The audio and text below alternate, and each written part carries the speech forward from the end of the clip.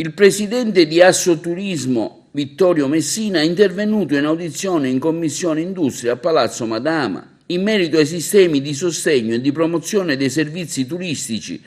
e le filiere produttive associate alla valorizzazione del territorio. Il turismo internazionale è assente da marzo, ha spiegato Vittorio Messina, così come manca il turismo leisure e business travel e non si potrà contare sul turismo scolastico. I congressi ed eventi sono stati nuovamente sospesi, la domanda turistica interna si è arrestata anche in conseguenza delle ultime notizie sui contagi.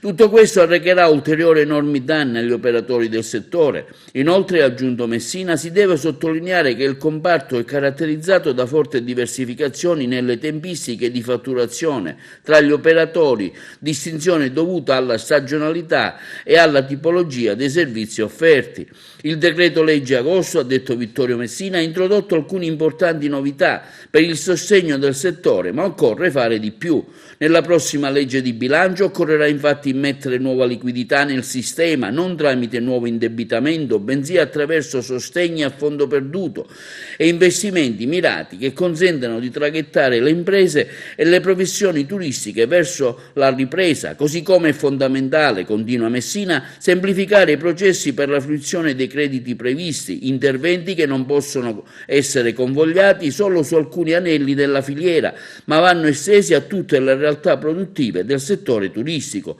dagli alberghi agli stabilimenti balneari, dagli animatori nei villaggi alle partite IVA, alle guide turistiche, alle auto di nuolo fino al bar e ristorante. Come abbiamo già sottolineato nel corso degli stati generali avvenuti lo scorso mese di giugno, conclude il presidente Messina, nel prossimo futuro occorrerà concentrarsi su come declinare il fare turismo nel nostro paese una volta passata questa emergenza. Per Assoturismo va messo in campo un vero e proprio piano straordinario per il turismo, senza partire da zero. Nel 2016 il governo varò il piano strategico di sviluppo del turismo a valere fino al 2022, una cornice importante che conteneva inoltre obiettivi ed azioni condivisibili, seppur con dei limiti dovuti alla mancanza di risorse. Certamente il programma dovrà essere rivisto in profondità, soprattutto perché oggi la crisi è incisiva e diffusa, ma alla base l'ottica di rilancio è sicuramente condivisibile, un insieme insomma integrato di azioni articolate per un periodo medio-lungo